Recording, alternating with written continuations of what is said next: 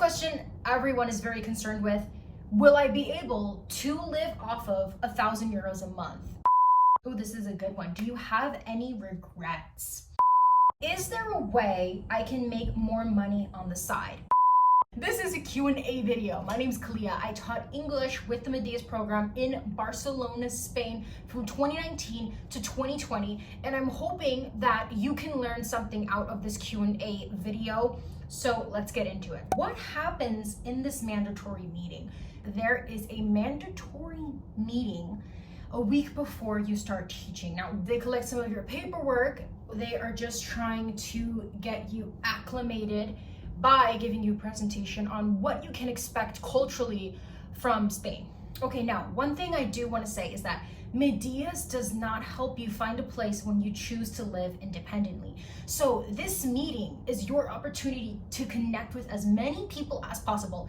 Get everyone's Instagram, get everyone's WhatsApp, meet these people, connect with them so that maybe you can find a possible flatmate. So what I would recommend that you do right now is go to the Facebook Meddeas group for the year that you're going to be teaching in and start talking to people that are in the group, and maybe you guys can meet in person at the meeting and go from there. This question everyone is very concerned with: will I be able to live off of 1,000 euros a month? And the answer is yes, you can.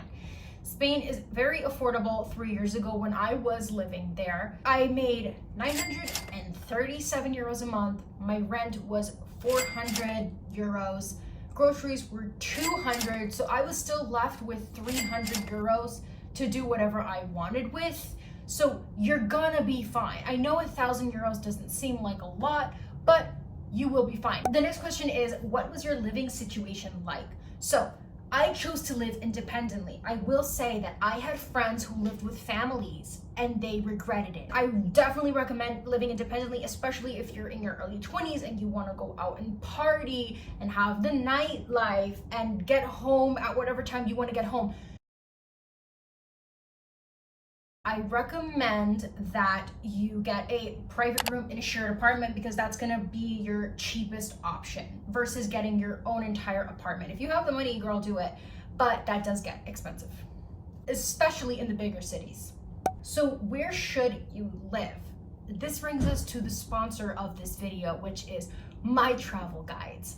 I have a Barcelona travel guide. If you are planning on living in Barcelona, you can find that Barcelona travel guide and support me down in the description box below. Here's my number one tip. Don't live with people you work with. Let's say you meet Jessica. Jessica works at your same school. I would not live with Jessica because I don't want to be living and working with someone and have them be my friend. It is too close proximity, too much. That's just the way I would do it. Now, I would live with Rebecca, who is going to teach in Barcelona, but does not teach at my school. I recommend you live with people you do not work with, please. Is there a way I can make more money on the side? Yes, you can. You can tutor. I tutored, and what some of the parents of the students you teach will ask you if you can tutor after school their children, and they'll pay you some money under the table. Now, since you're going to be with the Meddeas program on a student visa, you can't go get a job at a bar. You can't work at a restaurant. If you want to learn to make money, you got to find a way to do that under the table. Another way is, broadcasting and recording your whole experience, posting it to social media, and maybe you could become an influencer and get brands to sponsor you and those kinds of things. Next question: what can I expect from the teaching aspect? So I was an assistant. When I got into school, I went to English class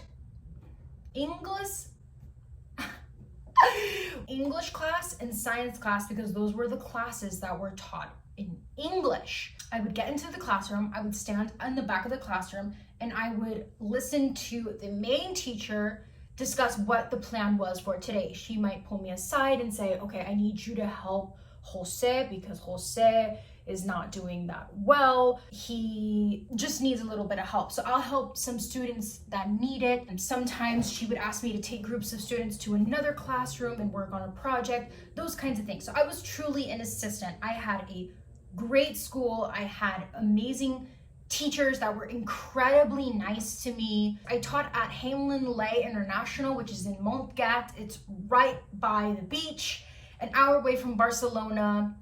Great school, great teachers, everything. I had a really great experience, and not everyone has had an amazing experience.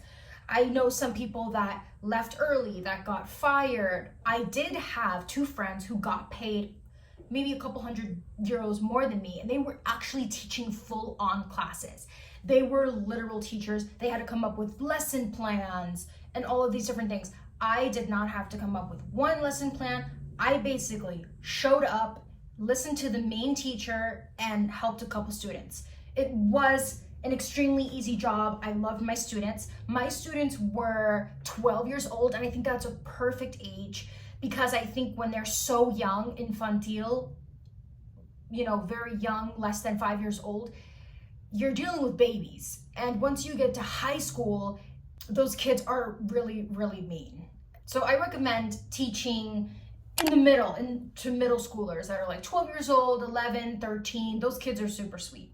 Oh, this is a good one. Do you have any regrets? My regret is that I only hung out with Meddeas people. I met a couple people at the meeting. I stayed friends with the people I taught with, and I stayed friends with the Meddeas people.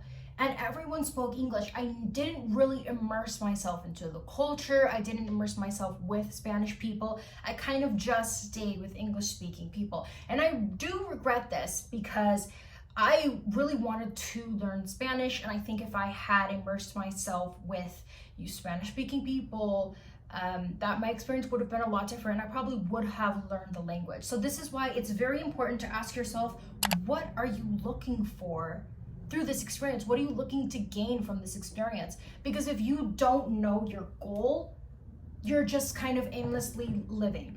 Whereas if you have a set goal of what you want to do, it'll help you better. If you want to learn Spanish, you need to hang out with Spanish-speaking people. If you want to travel as much as possible, plan it out and look at your school schedule, see when you have openings, and book that ticket. So next question is, would you recommend Barcelona?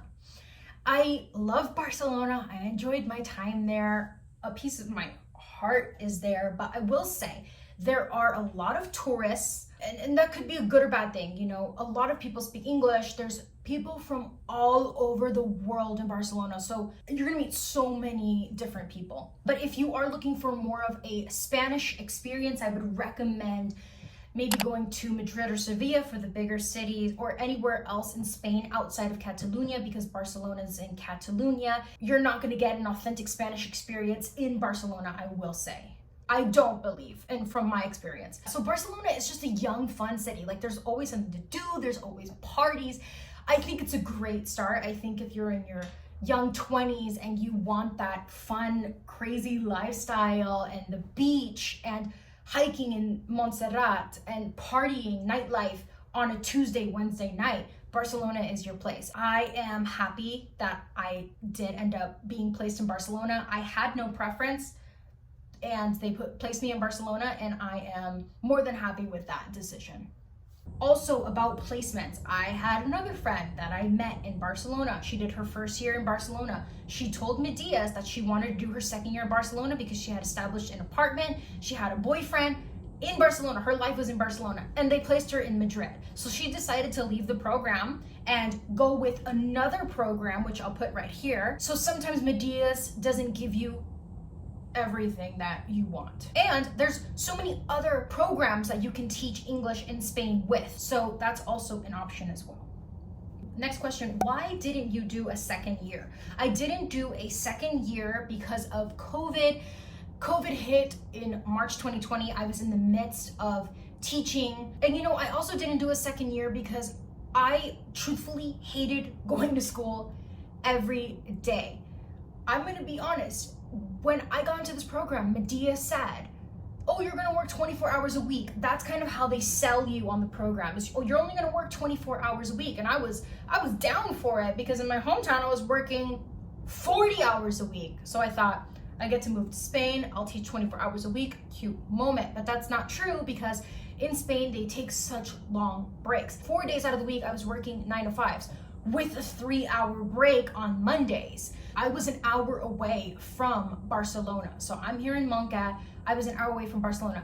I had a 3-hour break. I wasn't gonna go home, right? So I just ended up staying at the school. But if you live close to your school, that's totally fine, because in that 3-hour break, you can maybe take a 10-minute walk home, do whatever you want for 3 hours, and then come back to school. But for me, living an hour away, I didn't have the option to go back home. So I was at school from 9 to 5.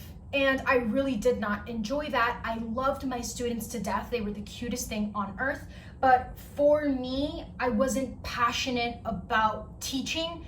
And to be honest, before COVID hit, I was really fed up with going to school every day, even though I had a wonderful school right by the beach, wonderful teachers that were so incredibly nice to me, free lunch every day. And through my experience, I wasn't feeling it.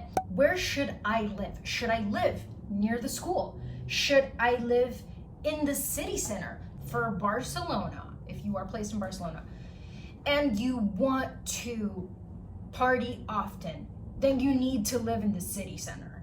Because here's the thing, the trains close at midnight. So if you live next to your school that's an hour away from the city center, your night is gonna be cut short every time. And in Spain, people party until 6 a.m. So you having to go home at midnight is extremely early. On Tuesday and Wednesday nights, I got to go out and have fun. And then in the morning, I would take an hour train. If your goal is strictly school, then of course you should live by the school. If you're lucky enough that your school is in the city center, you have it made. Live in the city center, you can party, you can go to school and all those things. So I definitely recommend that you live in the city center. The next question, how can I live in Spain forever? If you want to live in Spain forever, what I recommend that you do is do 2 years with Meddeas if you enjoy the program, and keep going to different schools until you find a school that loves you so much that they will sponsor your visa. Because this is something one of my friends has done. She taught with Meddeas. The school said, hey, you don't have to go through Meddeas. We will hire you and we will pay for your visa to teach here. A girl from my hometown moved to Spain with Meddeas, taught at Hamelin Lay, and the school loved her so much they said, don't go through Meddeas anymore, we will hire you. And she now works at that school full-time, lives in Spain, has lived in Spain for 5 years, teaching with the school. So this is a possibility for you. If teaching is what you want to do, then I recommend that you stay with the Meddeas program, continue with different programs until you find a school that will sponsor your visa, and then you can live in Spain forever. How long did it take you to find your place in Barcelona? It took me 2 weeks to find my place in Barcelona. I stayed in an Airbnb for 2 weeks. It was extremely stressful. I didn't know how hard it would be to find an apartment in Barcelona. And not even apartment for me, a shared room. I just wanted a room in an apartment, and it was extremely difficult. So do you recommend I take any steps before finding a place? You should, before you arrive into your city, look up and have bookings to see the apartments you're interested in person. So let's say you arrive on a Monday, you have a viewing on Tuesday, on Wednesday, on Thursday, and on Friday. Another tip I have is you need to see the place in person before you give them any money, before you do anything. You need to see the place in person. I made the mistake of not seeing my flat in person, and I just was in such dire need of a place to live. I moved in a week later and this place was such a shithole. I regret that with all my life. Also, you don't want to be sending people money on places you haven't seen because it could be a scammer. So how long did your visa last? My visa lasted for a year. I taught for 10 months. I still had 2 months left on my visa, so I decided to travel for those 2 months. Of course, it was unpaid because they're only going to be paying you for the months that you work.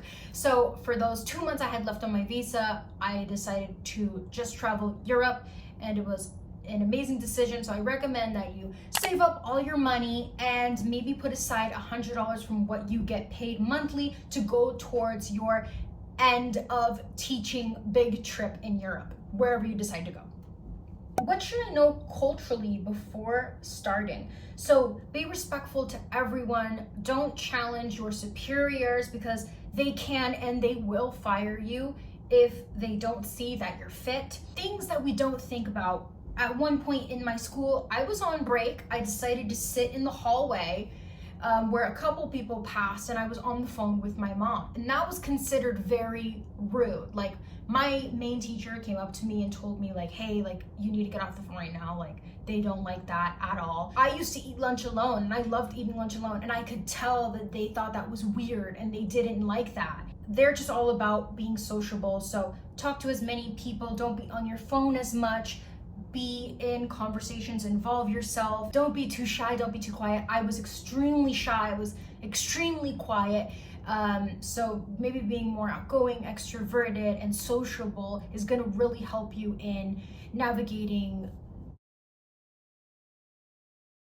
Again, if you are being placed in Barcelona, I recommend that you check out my travel guide in the description box below, because I have everything about Barcelona that you need to know. Great restaurants, the best places to live, places to avoid. And if you have any questions about Meddeas, feel free to leave a comment down below or email me at the email down below. I love helping people. I've had a lot of people reach out to me about the visa process and about the Meddeas program. Feel free to message me, and I would love to help you guys in this. And I hope that you get to teach in Spain. It was an unforgettable experience for me. I'm still talking about it 3 years later. And I hope that this video could help you. Leave me a like and maybe a white heart if you got to the end of the video. So I'll see you in the next one. Goodbye.